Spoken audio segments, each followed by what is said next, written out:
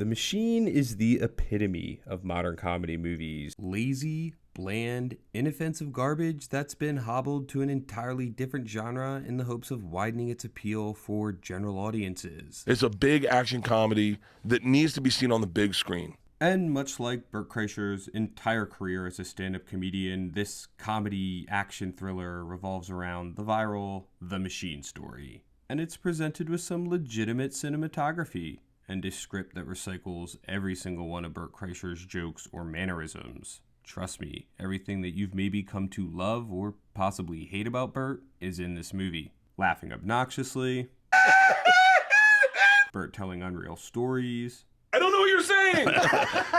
No Japanese, dude. And that's, by the way, that's happened twice. Bert acting like he's about to puke. Oh my god, yeah, I'll throw up. Bert squealing incoherently. Bert doing this face. Bert taking his shirt off. Look at my shoulder.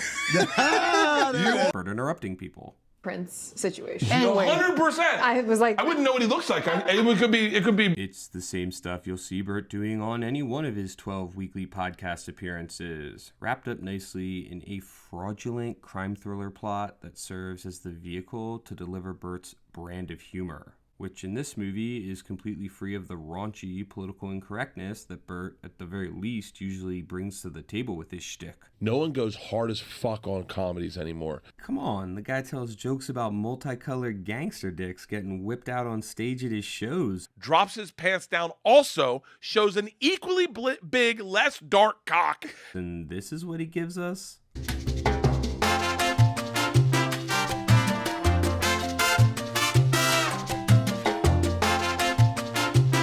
A bland, inoffensive, meandering movie that haphazardly retreads the material from his aging act? No one's making real comedies. The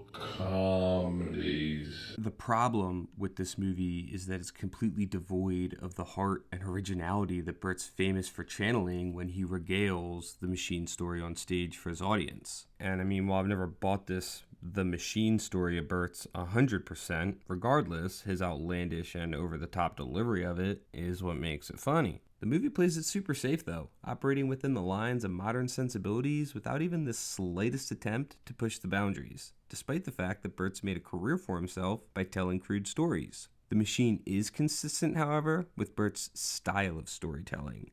It's completely fantasy, which is obvious from the start of this movie because Bert is sober and staying out of the limelight. We get a very self-indulgent montage of Bert's rise to success through his telling the Machine story, and like it did in real life, the story goes viral, opening all kinds of opportunities for him. Eventually reaching global notoriety as we see Bert's famous bit airing on Russian TV with a shady figure recognizing him. The opening montage then ends to reveal that Bert was recently arrested involving an incident with his oldest daughter, the family car, and alcohol. So that's our setting. A reclusive Bert trying to make amends for his reckless behavior while struggling to balance his party boy persona with his responsibilities as a husband and father. Not a bad setup for any movie. So Bert's in therapy, taking time off work, exercising. Again, fantasy movie, all while focusing on repairing his family life. Bert's wife Leanne, who looks like this in the movie instead of this, is understandably upset with him as a result of the legal incident involving their daughter. And the oldest daughter is really mad at Bert, which is her entire characterization the entire movie, until all of a sudden at the end, she's not mad at Bert anymore. We'll get to that. Actually, come to think of it, pretty much every woman's characterization in this movie is annoyed with Bert. So, in a good faith attempt to win back the affection of his oldest daughter, Bert throws her a 16th birthday party where he encounters several uninvited guests, the first of which is a sketchy Russian DJ who turns out to be an assassin hired to follow his family. The second of which is Mark Hamill, Bert's father, who, like Bert's real-life dad, isn't impressed with Bert's antics either. Bert and his oldest daughter get into an argument at the party, and she storms off to spend the weekend with friends. Bert literally squeals about it before retreating to his shed to be alone, but Mark Hamill follows him to lecture him on parenting before we meet the party's third uninvited guest, Irina, a Russian mafia lieutenant who's seeking her family's cherished heirloom, the watch that Bert stole from her father back in 1998. And now she wants it back, so she threatens Bert that she'll hurt his family unless he helps her retrieve it. Him and Mark Hamill are then kidnapped and whisked away on a plane to Russia, where they plan to retrace Bert's steps from the machine story to find the heirloom that he stole 25 years ago. Which introduces the flashback aspect of this movie, and the love story. Yeah! We got our first flashback to 98, recapping Bert's time partying in the dorms with his class mafia handler Igor, and in present day, they head over to the dorms, which have now been converted into apartments. Still hoping to find the heirloom, though, inside, they seek out Igor's old room and look for the stash of stolen goods that he used to keep hidden inside the wall. Shockingly, nothing's left in the 25-year-old stash except for, surprisingly, some old weed brownies. And yeah, you can see where that joke's going. They're then attacked by another Russian mafia gang led by Vanya, Irina's little brother. Despite being outnumbered, they escape after Bert kills 3 guys with a single shot, including Vanya. And after that, they head to the train which Bert robbed his classmates on back in 98, hoping to find Igor, the former mafia boss who was running the train back then. Flashbacks ensue, and we get a little bit more of the shoehorned love story with Bert partying on the train and then robbing the girl he likes. Back in the present day, they find out that Igor still runs the train, but it's not the same Igor, so he won't have their heirloom either. Oh darn. To make things worse, they're attacked by Irina's other brother, Alexei, who corners them on the train, resulting in Irina getting shot and falling off. Mark Hamill then pushes Bert from the train as well, sacrificing himself to be captured by Alexei. Bert wakes up totally lost in the Russian woods and eats a pot brownie for sustenance. He then has a nice chat with his younger self, mostly justifying why he's married to this, and how it's okay because she's a good mother. Okay, seriously, Bert? No one is judging your wife as hard as apparently your younger self is. And then we got in bed in Serbia, and Leanne's like, hey, you want to do it? I was like, beat it, scissor lips. And while lost in the woods of the massive country of Russia, Bert just happens to run into Igor, his old mafia handler from 98. Wow.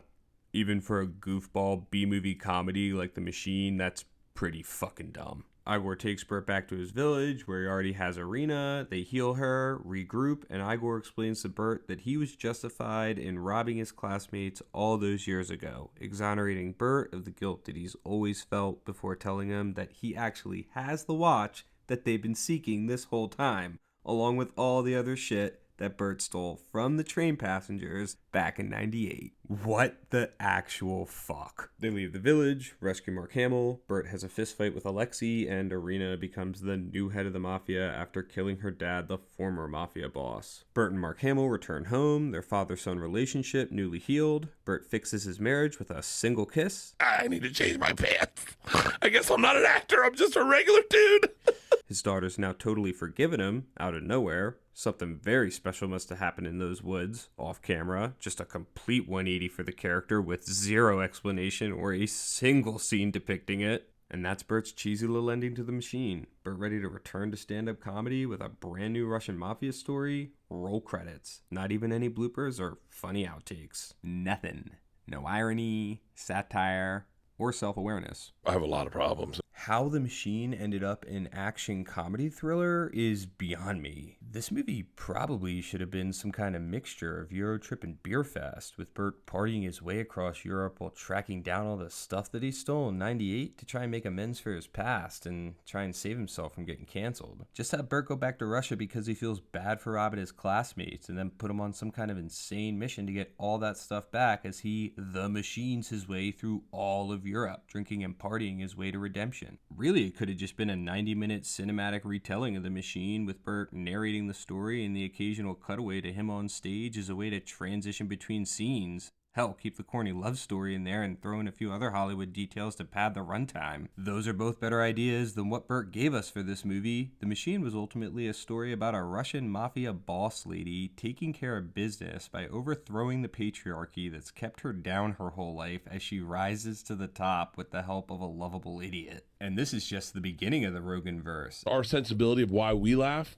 why not put it in a movie? I mean, we can only imagine how cutting edge and vulgar Fat Astronauts is going to be. Machine does well. Fat Astronauts get screenlit on Monday. And I know the state of comedy movies is dismal these days, but This is not the answer. You do not want Joe Rogan and his friends monopolizing mainstream comedy movies the way that they did with stand-up and podcasting. That is how we will end up with the MCU of comedy movies. It's good for everybody. It's like you want killers, right? Like, we got into this because we love comedy. And The Machine has a few concepts weaved into it that are actually a lot more interesting than the Russian mafia stuff, but the problem is that most of it goes unexplored beyond initially getting referenced, or it just gets thrown away and used as a one-off gag. Like the fact that Bert's become this urban legend in Russia, his college likeness plastered all over beer ads across the country. I mean, it's a detail in the movie that's mentioned a few times, but it's never significant to the story. Bert never even has to use his clout to get out of a tough situation. Or Mark Hamill being a pacifist because he recently read Nelson Mandela's book. Okay, fine, but the movie never presents him as being some war vet killing machine. Like, it doesn't add some layer of humor that he won't fight, and if he only fought back, they'd be able to get out of this situation. The Machine had potential.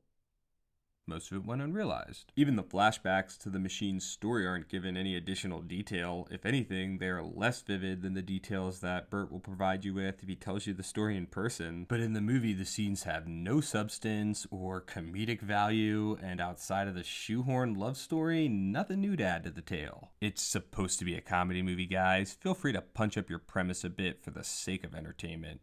No, instead, they just gave us a lazy rehash of Bert's material, washed out and tamed back for modern audiences. Bert Light, if you will. But it wasn't all bad. The movie has Mark Hamill in it, who's always a delight to see, and Irina was actually pretty entertaining as the movie's protagonist. She even gave me one of the only 2 laughs that I experienced during the whole thing. Did I do that? Yeah, Irina, yeah, you really did. Certainly more than Bert. And another thing worth mentioning about The Machine is its awesome title cards and interesting use of subtitles. This movie has a better comic book aesthetic than most of what the MCU is shitting out these days. And while the script for The Machine is absolutely terrible, the cinematography is pretty solid. The action's pretty competent despite the limitations of its lead, and there are genuinely some eye-catching shots in this thing. The director Peter Atencio deserves a chance to make a movie that has a little more substance behind it than the collected works of Bert Kreischer, is all I'm saying. At the end of the day, Bert's just not a leading man, and even in a movie about his own life, he fails to live up to his own legend. Don't get me wrong, I mean, Bert could be great as the wacky uncle in some other comedy movie, but I don't think anyone could have saved the Machine from, well, The Machine. I went through and I rewrote some stuff, ran it by Peter Atencio.